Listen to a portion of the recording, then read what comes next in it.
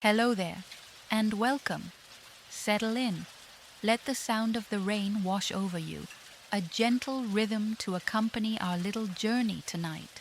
We're drifting back, far back, to a time of great ingenuity and, let's be honest, a frankly astonishing amount of mud. We're heading to the heart of the Aztec world, to the shimmering waters of Lake Texcoco, where the ingenious Chinampas, those famous floating gardens, were born. Well, floating is a bit of a misnomer, as you'll soon discover. Much like garden, perhaps understates the sheer, relentless effort involved.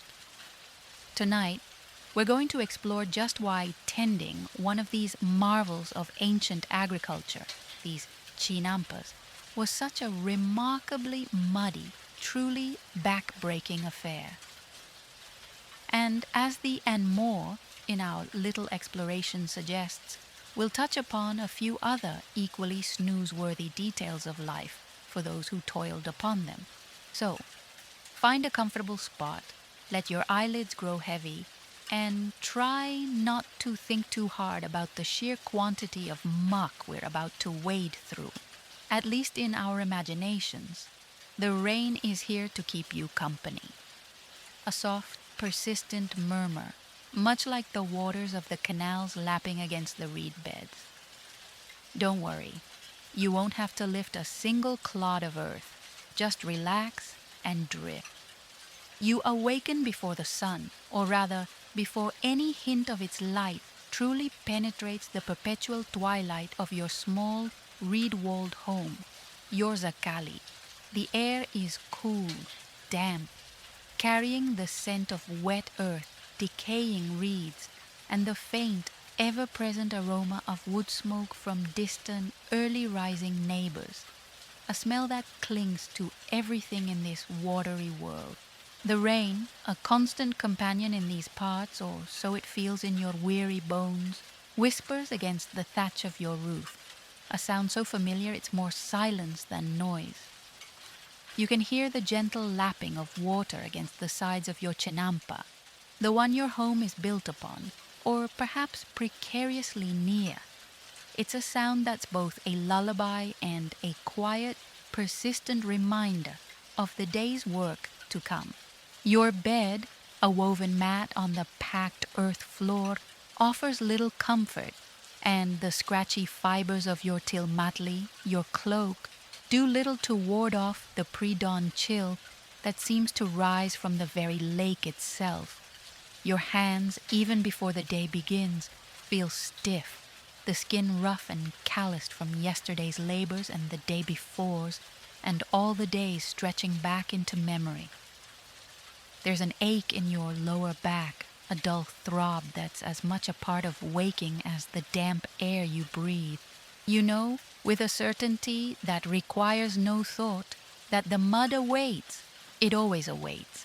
It's the foundation of your existence, the source of your sustenance, and, if we're being perfectly honest, the bane of your daily life.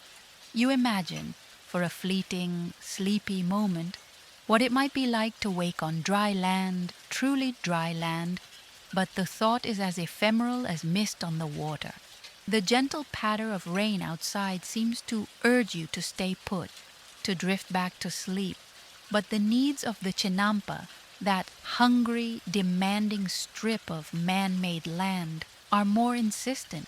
There's no alarm clock, no rooster crowing with any particular urgency that penetrates this damp cocoon, just the internal rhythm of obligation, the knowledge that the canals don't dredge themselves, and the tender young seedlings won't protect themselves from the myriad creatures that also call this lacustrine environment home. The thought of the cold, slick mud that will soon be coating your feet and hands is enough to make you want to pull the tilmatli over your head and pretend the world doesn't exist, but that, as you well know, is a luxury you can ill afford. The rain seems to sigh with you, a shared commiseration for the efforts that the rising grey light will inevitably demand. It's not a bad life, you suppose, or at least it's the only life you know. but oh, the sheer, unadulterated quantity of mud. You'd really, really hate it, trust me. Your first task, once you've managed to coax your protesting limbs into motion, is to inspect the edges of your Chinampa.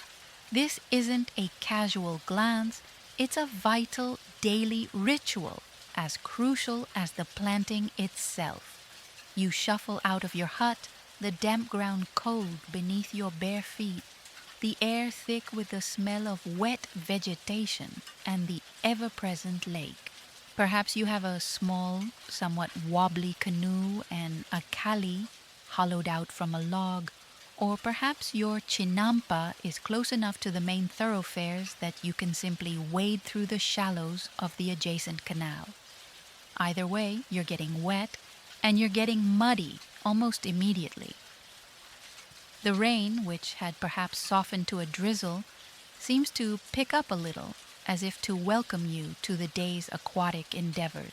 The edges of the Chinampa are its weakest point, constantly nibbled at by the lapping water, by the wake of passing canoes, by the burrowing of small creatures.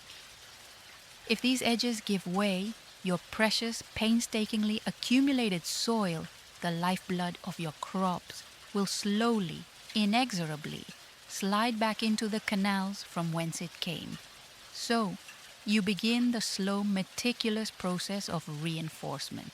This usually involves scooping mud, that wonderfully versatile if rather pungent substance, from the bottom of the canal and plastering it against the sides of the Chinampa.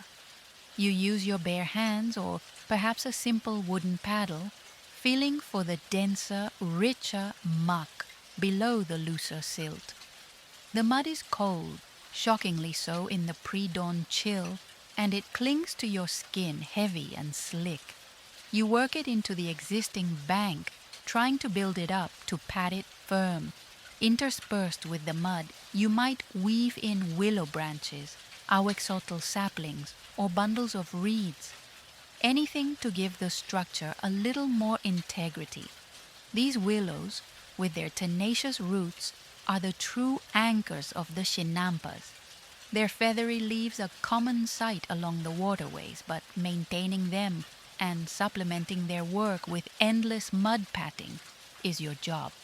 It's monotonous, back-straining work. Scoop, lift, slap, smooth, repeat. The water in the canal is murky, and you can't always see what your hands are encountering.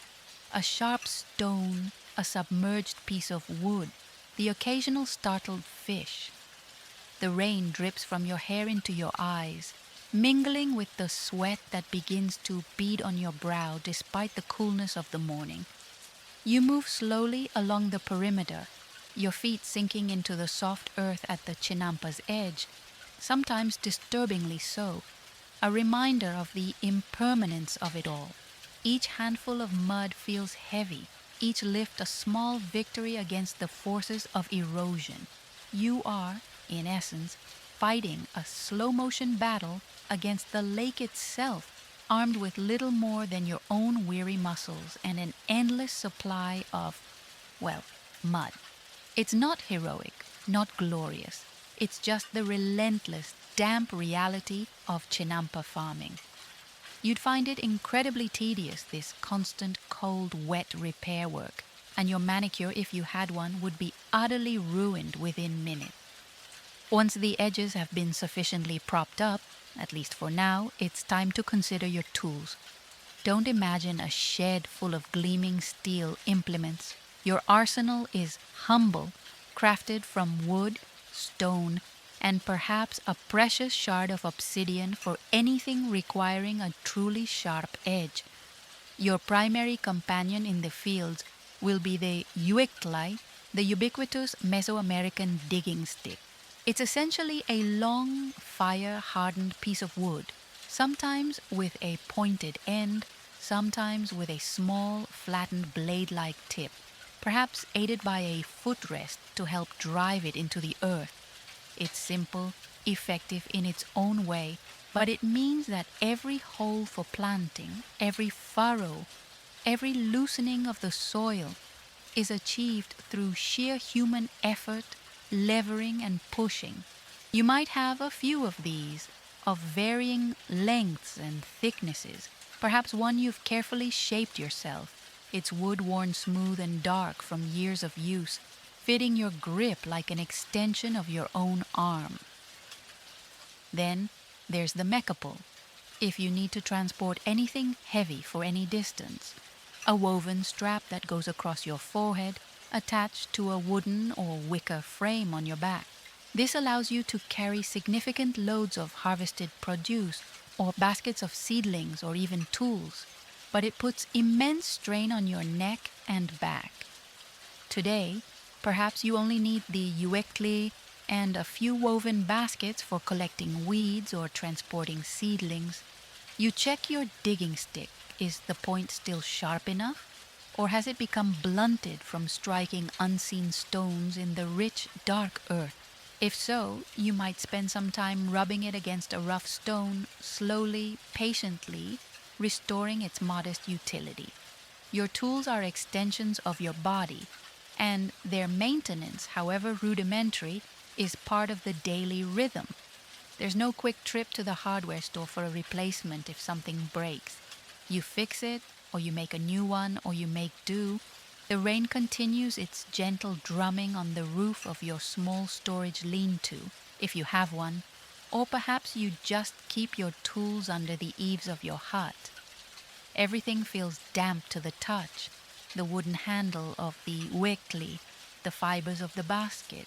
This omnipresent moisture seeps into everything, making wood swell, encouraging mold, and adding a subtle slippery coating to every surface. You heft your uekli. It's not heavy, but the thought of the thousands of times you'll thrust it into the soil today, the thousands of times you'll bend and stoop, adds a conceptual weight to it. The simplicity of the tools underscores the sheer physicality of the work. There are no wheels to lighten the load, no animals to pull a plow through the Chinampa's soft soil. That would be impractical anyway.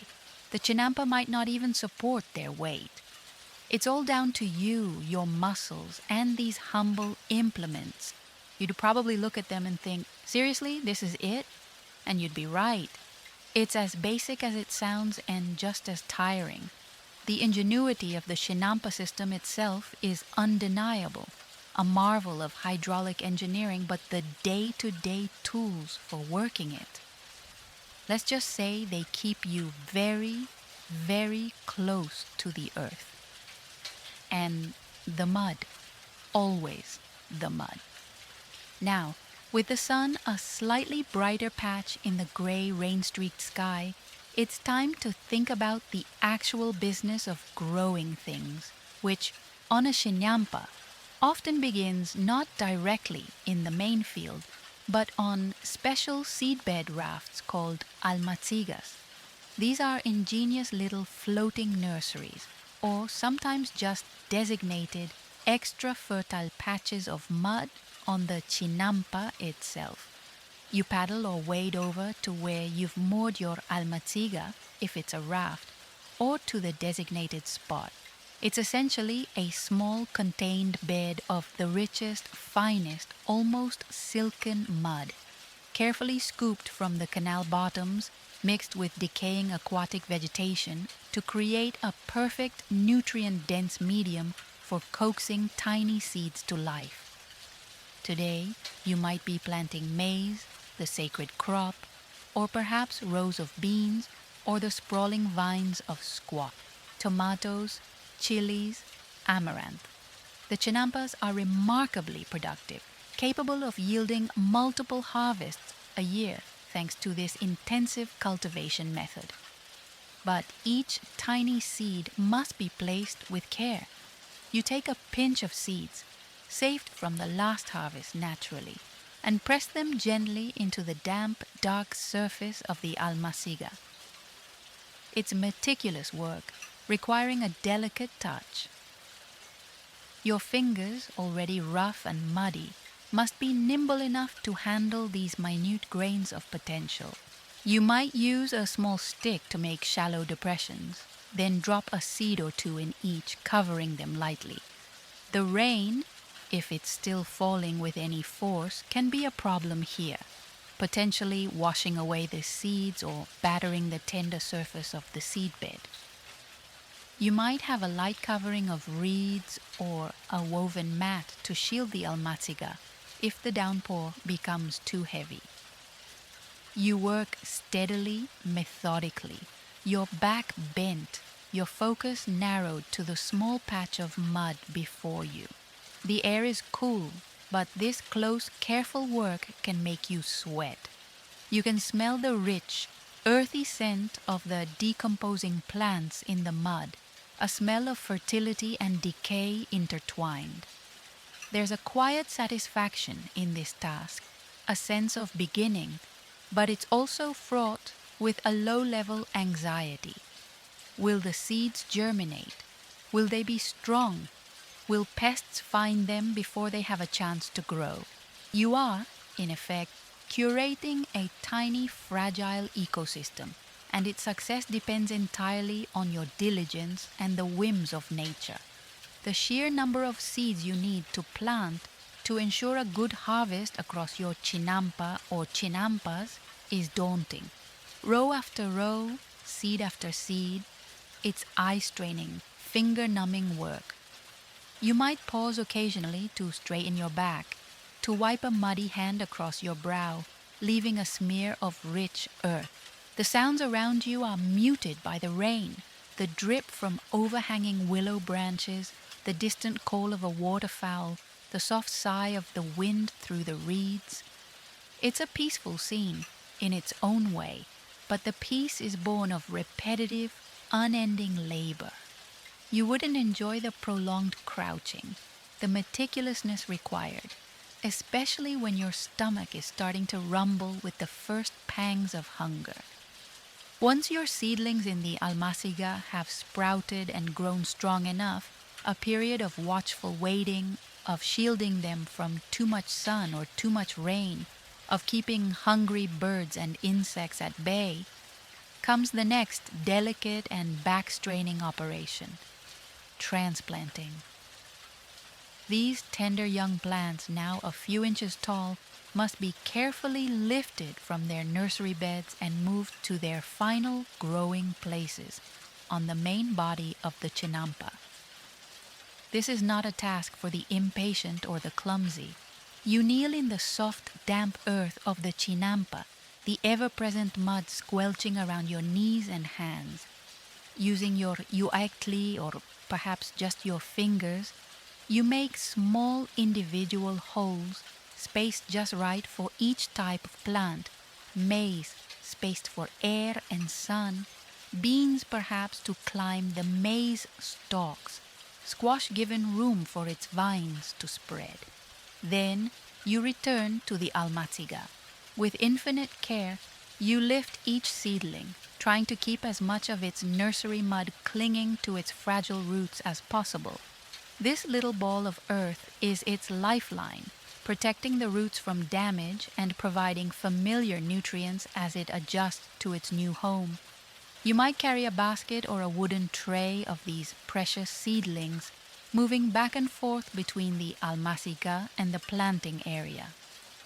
Each seedling is then gently placed into its prepared hole, and the soil is firmed around it. It's a slow, painstaking process, repeated hundreds, perhaps thousands of times, depending on the size of your chinampa and the crops you're growing. Your back aches from the constant bending and kneeling. Your fingers become caked with mud, the grit working its way under your nails. The sun, if it decides to break through the clouds, can beat down mercilessly, or the rain can continue its steady patter, making the mud even more slippery and the seedlings harder to handle. You try to work with a rhythm, but the sheer repetition is mind-numbing. Whole seedling pat, over and over. You must be careful not to plant too deep or too shallow, not to damage the tender stem or the delicate roots. The success of your harvest, your food for the coming months, Your goods for trade or tribute depends on the survival and thriving of these tiny plants. It's a heavy responsibility, resting on your muddy shoulder. You'd likely find your patience wearing thin after the first few hundred seedlings, the charm of communing with nature rapidly fading as the ache in your spine intensifies and the mud seems to creep into every pore. You'd be longing for a comfortable chair and a cup of something warm, neither of which are readily available in the middle of a soggy Chinampa. And then, of course, there's the weeding. Oh, the endless, soul-destroying weeding. You might think that in such a carefully cultivated, artificially constructed environment, weeds wouldn't be much of a problem. You would be delightfully, catastrophically wrong. The rich, fertile mud of the Chinampa, constantly replenished from the nutrient-laden canals, is an absolute paradise for any plant with the slightest ambition to grow. And grow they do, with a relentless, infuriating vigor. As soon as your precious crops start to establish themselves, an army of unwanted competitors springs up around them, vying for sunlight, water, and those precious nutrients. So much of your time, day in and day out, is spent engaged in the back-breaking, monotonous task of pulling weeds. Usually this is done by hand. You bend over or kneel or squat for hours on end, your eyes scanning the ground for the telltale leaves of intruder. You grasp the weed close to its base, trying to get the entire root system, because if you leave even a fragment behind, it will gleefully sprout anew. Some weeds have shallow roots and come away easily with a satisfying tug. Others have deep, tenacious taproots that cling to the soil with surprising strength, requiring you to wrestle them out, sometimes losing your balance and ending up with a handful of mud. Your hands get scratched by thorny stems or irritated by certain plant saps. Insects, disturbed by your activity or simply attracted to the damp, verdant environment, buzz around your head, adding another layer of mild annoyance to the proceedings. The dampness from the soil seeps into your clothes if you're kneeling, or if the rain has been particularly persistent, you're already soaked through anyway. It's a seemingly futile battle. You clear one section of your Chinampa, feeling a brief sense of accomplishment, only to look back at where you started and see new weeds already peeking through. It's like painting the Tenochtitlan causeway with a toothbrush, a never-ending Sisyphean task. The sun beats down or the drizzle continues and you just keep pulling. There are no herbicides, no fancy weeding tools, beyond perhaps using your uektli to loosen stubborn roots. It's just you against the relentless tide of green. The sheer amount of time spent weeding would, I suspect, drive you to distraction. You'd dream of weeds. You'd see them in your sleep. You'd wonder if there was any point to it all, as you toss another armful of uprooted vegetation onto the compost pile. It's the kind of dull, repetitive, physically demanding work that truly tests the limits of human endurance, or at least your willingness to keep doing it. Now, let's talk about water, because on a Chinampa you're surrounded by it, and yet managing it is still a task. While the Chinampas are built in the lake, drawing moisture from the canals that surround and permeate them, the water levels aren't always perfect. Sometimes, especially during a dry spell, the surface of the Chinampa can become too dry for the shallow-rooted crops. In such cases, you would have to irrigate by hand, of course. This involves using a gourd or a clay pot or even just cupped hands to scoop water from the canal and splash it onto the soil around your plants. It's more bending, more lifting, more carrying of heavy, sloshing water. You'd move along the rows, delivering a drink to each thirsty plant, the water quickly soaking into the dark earth. Conversely, and perhaps more relevant to our rainy mood, if there's too much rain or if the lake levels rise unexpectedly, your chinampa can become waterlogged. While they are designed for a moist environment, standing water can suffocate roots and promote disease.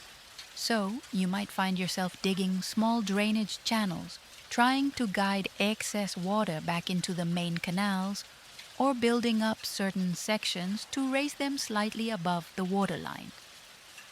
It's a constant balancing act, a negotiation with the water. The very canals that provide fertility and moisture can also pose a threat. You are, in essence, a water manager on a micro scale, constantly observing, adjusting, and intervening. The lapping of the water, the gurgle as it flows through a newly cleared channel, the splash as you pour it onto your crops, these are the constant sounds of your watery workplace. The feeling of soggy earth underfoot is perpetual. Your clothes, if you wear much more than a simple loincloth or skirt while working, are perpetually damp, clinging uncomfortably to your skin. It's a life lived in close, constant contact with water in all its forms. The lake, the canals, the rain, the moisture in the soil, the dew on the leaves. You'd probably feel like you were slowly turning into some sort of amphibious creature. The novelty of being so close to water would wear off very quickly, replaced by a longing for something, anything, consistently dry. The true secret to the Chinampa's astonishing fertility, the magic ingredient that allows for near continuous cultivation, is the canal mud itself, and the task of dredging this mud and applying it to your fields is, well, let's just say it's an experience. Periodically, and certainly before each new planting cycle, you must replenish the soil of your chinampa. This involves getting into your canoe, or sometimes even wading into the shallower canals, armed with a long-handled scoop or a specialized net, and dredging up the rich, dark ooze from the bottom. This isn't just any mud. It's a potent cocktail of silt, decaying aquatic plants, fish droppings, and yes, let's be delicate, human waste from the city of Tenochtitlan, which often found its way into the canal system. This organic matter, decomposing anaerobically at the bottom of the canals, creates a phenomenally nutrient-rich fertilizer. But, as you can imagine, it doesn't exactly smell like roses. The stench, as you disturb these deep layers of muck, can be quite memorable. A pungent, earthy, slightly sulfurous aroma that clings to you, to your clothes, to the very air around your chinampa. You scoop up load after load of this heavy, wet, sloshing material. It's backbreaking work, lifting it from the canal bed, maneuvering it into your canoe, and then transporting it to the chinampa. Once there, you have to spread it evenly and carefully across the surface of your planting beds. It's slimy, it's messy, it's incredibly heavy. You might use a wooden spade or just your hands to distribute it, working it into the existing soil. Your feet sink into it, your hands are coated in it.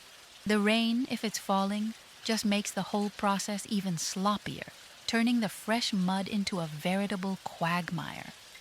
You might find yourself slipping and sliding, adding an extra layer of undignified struggle to an already unpleasant task.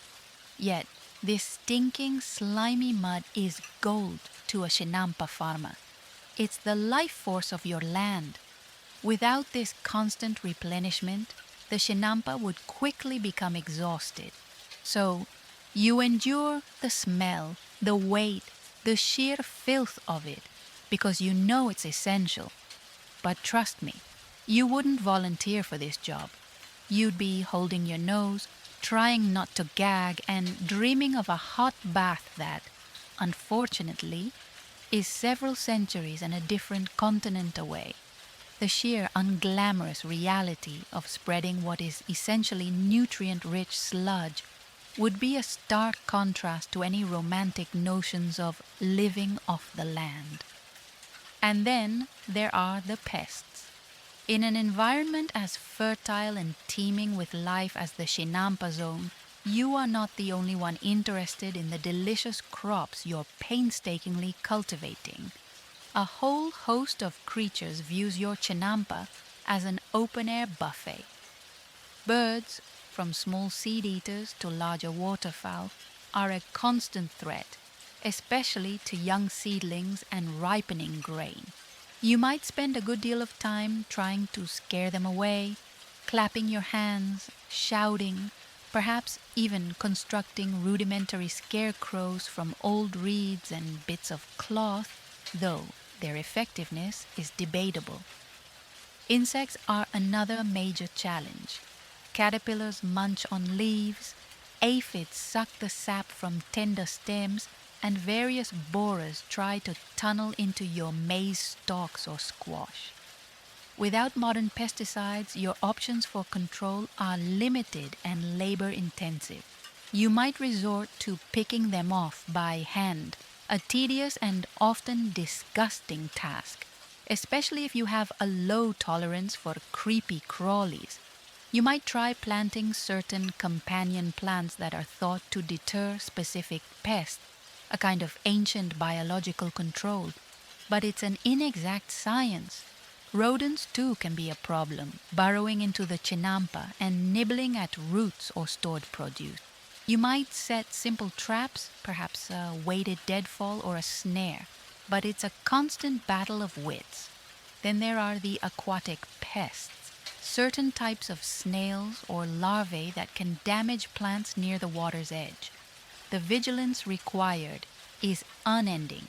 You patrol your Chinampa, your eyes scanning for signs of trouble, chewed leaves, wilting plants, suspicious holes in the ground. The quiet plip-plop of rain on the leaves might be the only sound as you stand guard, ever watchful. The frustration of seeing your hard work undone by a flock of hungry birds or an infestation of caterpillars can be immense. You invest so much time and energy into nurturing these plants only to have them decimated overnight. It's another layer of stress, another demand on your already stretched resources. You'd probably find yourself developing a deep-seated animosity towards anything with more than two legs that dared to approach your precious vegetable. The idyllic image of a harmonious balance with nature is somewhat shattered when nature is actively trying to eat your dinner. When harvest time finally arrives, there's a sense of relief, certainly, but it's also the beginning of another period of intense physical labor. Gathering the produce from your Chinampa involves, you guessed it, more bending, more lifting, and more schlepping. If you're harvesting maize, you'll be snapping heavy ears from the stalks, your arms aching from the repetitive motion. Beans mean hours spent picking individual pods, your fingers growing sore. Squash and pumpkins, if they're large, can be incredibly heavy and awkward to carry. Tomatoes need to be gathered carefully to avoid bruising. Chili peppers, while small, often need to be picked in vast quantities. You move through your Chinampa row by row, filling woven baskets with the fruits of your labor. These baskets, once full, can be surprisingly heavy. You might use your mekapal, that forehead strap, to carry them off the Chinampa to your canoe or your dwelling, your neck and back straining under the load. The mud, of course, is still there, clinging to the roots of uprooted plants, splattered on the lower leaves of your crops and, as always, coating your feet and hands. Even the harvested produce itself often carries a fine layer of Chinampa soil. The sun might be hot, making the work sweaty and uncomfortable, or a persistent drizzle might keep you damp and chilled. There's a satisfaction, undoubtedly, in seeing the bounty you've wrested from the mud and water, but it's a satisfaction tempered by weary muscles and an aching back. You're not just plucking a few items for dinner. You're harvesting on a scale to feed your family for months and potentially to have a surplus for trade or tribute. The sheer volume can be daunting. You'd likely be fantasizing about a wheelbarrow or perhaps a small army of helpers, but mostly it's just you, your basket, and the seemingly endless rows of produce. The romance of the harvest festival probably feels very distant when you're on your 1000th bean pod and your knees are screaming in protest. Once the crops are gathered, the work isn't over. Now comes the task of preparing the produce either for storage, for taking to the bustling markets of Tenochtitlan or Tlatelolco, or for meeting your tribute obligations to the local lords or the Triple Alliance. This involves sorting the good from the merely adequate or the damaged. You'll want the best-looking, unblemished items for market, as they'll fetch a better price, perhaps some cacao beans, a few brightly colored feathers, or some useful obsidian tools in exchange. Produce destined for tribute also needs to be of acceptable quality. You don't want to incur the displeasure of the tribute collectors. Cleaning the harvest as much as possible is also part of this. While a bit of honest Chinampa mud is probably expected, you try to brush off the worst of it. Some items might need to be dried, maize cobs hung up in braids, chili peppers strung together to air dry, beans spread out on mats. This requires space, vigilance against pests and damp, and more patience. The pressure to have a good surplus can be significant. Your family's well-being depends on it, as does your ability to acquire goods you can't produce yourself. If you're taking your goods to market, you then face the journey, likely by canoe, paddling through the network of canals laden with your precious cargo. The markets themselves are vibrant, noisy, crowded places, a stark contrast to the relative quiet of your Chinampa, but navigating them, haggling for a fair exchange, and then transporting your acquired goods back home is another layer of effort and potential stress. The whole process, from muddy field to final disposition, is managed by you. There are no middlemen doing the messy bits. You are the farmer, the harvester, the sorter, the porter, and often the merchant. You'd probably find the responsibility immense, and the thought of having to haggle over the price of your painstakingly grown squash after all that work would be just a little bit galling. And what about the joys of the Chinampa diet that all this labor produces? Well, it's certainly nutritious, and the Chinampas are incredibly productive, but variety in the modern sense might be somewhat limited. The cornerstones of your diet are the three sisters, maize, beans, and squash, which form a near-perfect nutritional complex. You'd eat maize in countless forms: tortillas, tamales, atole. Beans, rich in protein, would be a constant companion to your maize.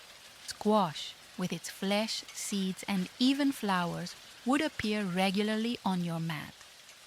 Tomatoes and chili peppers, those quintessential Mesoamerican flavors, would add zest and vitamins to your meals.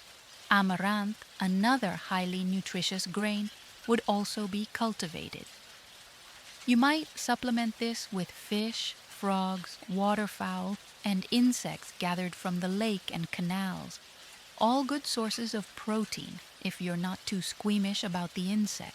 However, the day-to-day reality is a diet heavily reliant on these core staples. While you might have 7 different kinds of maize and 10 varieties of beans, the fundamental components of your meals would be quite repetitive. Preparation methods are simple. boiling, roasting over a fire, grinding maize on a metate, which is another physically demanding task, usually falling to the women of the household. The culinary highlight of your day might genuinely be an extra sprinkle of chili on your beans or a particularly sweet piece of roasted squash. While the food is wholesome and sustaining, keeping you strong enough for the endless work, you, with your 21st century palate accustomed to global cuisine at your fingertips, would likely find it incredibly monotonous. You'd be dreaming of spices from distant lands, of different textures and flavors. The thought of another meal of tortillas and beans, however historically authentic and nutritionally sound, might just make you want to lie down in the rain and quietly weep. It's fuel, certainly, but perhaps not always a feast for the senses in the way we understand it. Life on a chinampa, while focused on your own plot of land, isn't entirely solitary. You have neighbors, other families also toiling away on their own muddy strips, separated from you by canals of varying widths. Interactions might be brief, a shouted greeting across the water, a nod as you pass each other in canoes, perhaps a moment of shared commiseration about the weather or a particularly persistent pet. "The mud is especially thick today, isn't it?" one might call out, and you'd grunt in agreement because it always is.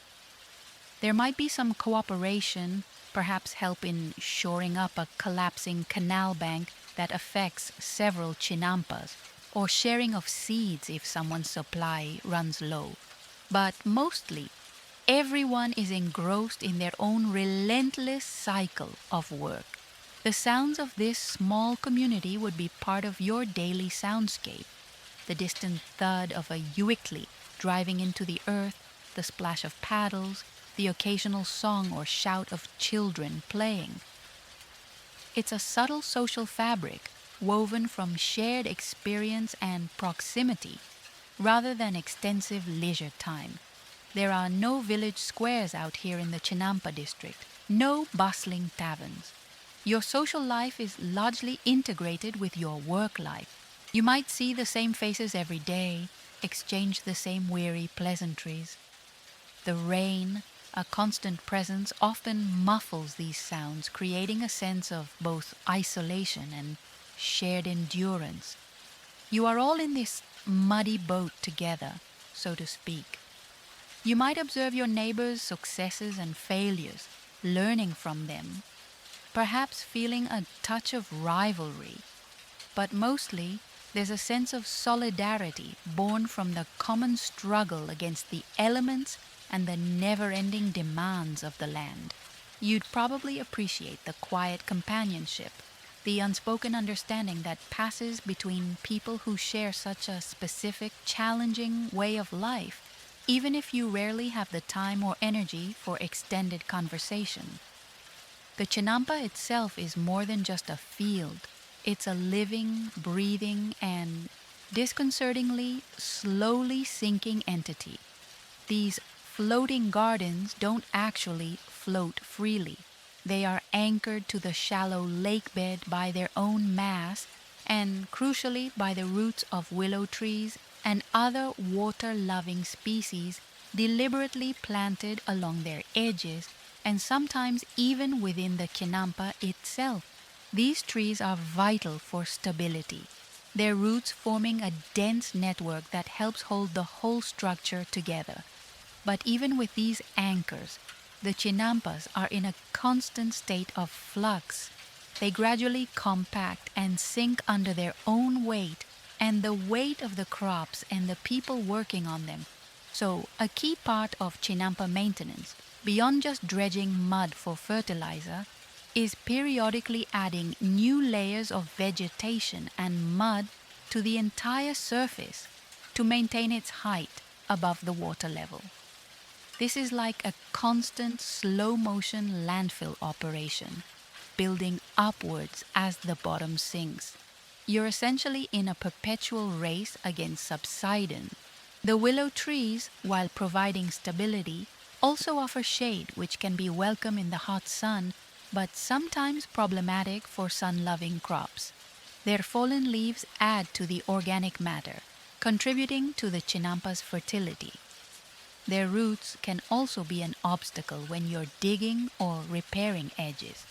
It's a complex, dynamic system. You are not just a farmer, you are a land manager, an engineer of sorts, constantly monitoring and adjusting this artificial island you call your farm. The feel of the Chinampa underfoot tells you a lot, whether it's firm and stable or soft and yielding, a sign that it might need another layer of replenishment. The gentle sway you might sometimes feel, especially near the edges, is a reminder that you are, in a very real sense, farming on water.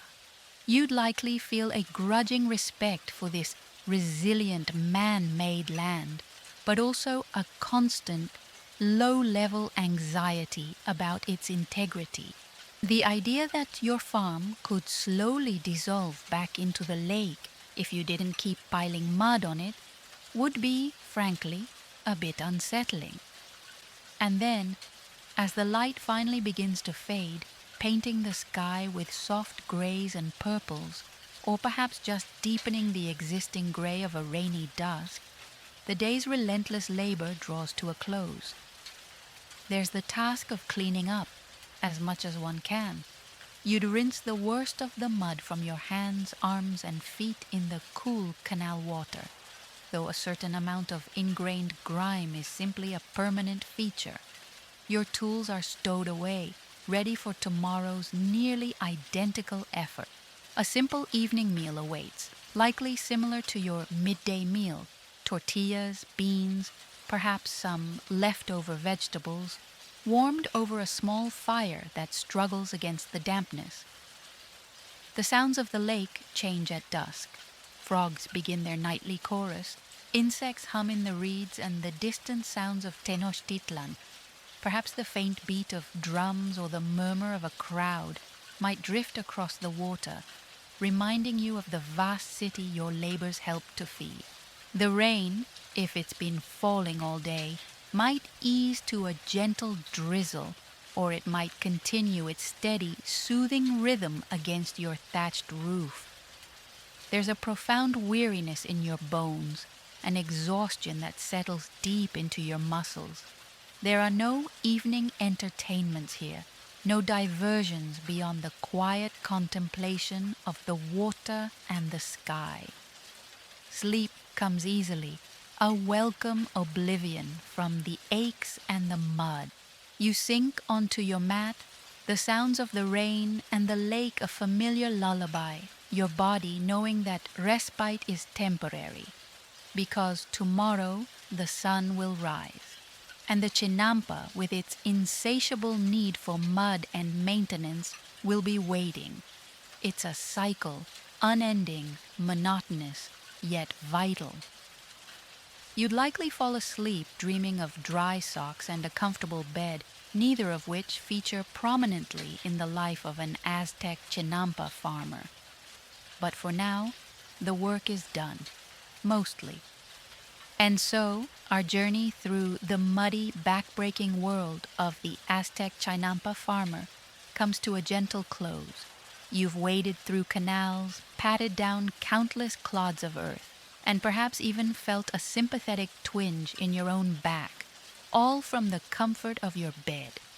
It was, as promised, not exactly a thrilling adventure, but rather a slow, meticulous, and often repetitive existence, perfectly designed, perhaps, to lull you into a state of deep relaxation. The ingenuity of the Chinampas is undeniable, a testament to human adaptation, but the daily reality for those who worked them was one of constant, arduous labor, a life dictated by the rhythms of water, mud, and the changing seasons, all under a sky that often wept with rain. As the sound of that gentle rain continues to murmur, let it wash away any lingering thoughts of toil and effort. You are far from the damp chill of the pre-dawn lake, far from the clinging mud and the endless rows of seedlings. You are safe and warm and dry. Let the monotony we've explored tonight become a soothing balm, a reminder that your only task now is to rest, to drift, to let go. The cares of that ancient world are not yours to bear. Allow the steady rhythm of the rain to deepen your breath, to heavy your limbs, and to carry you softly into a peaceful, well-deserved sleep. There's no mud here, only comfort. Good night.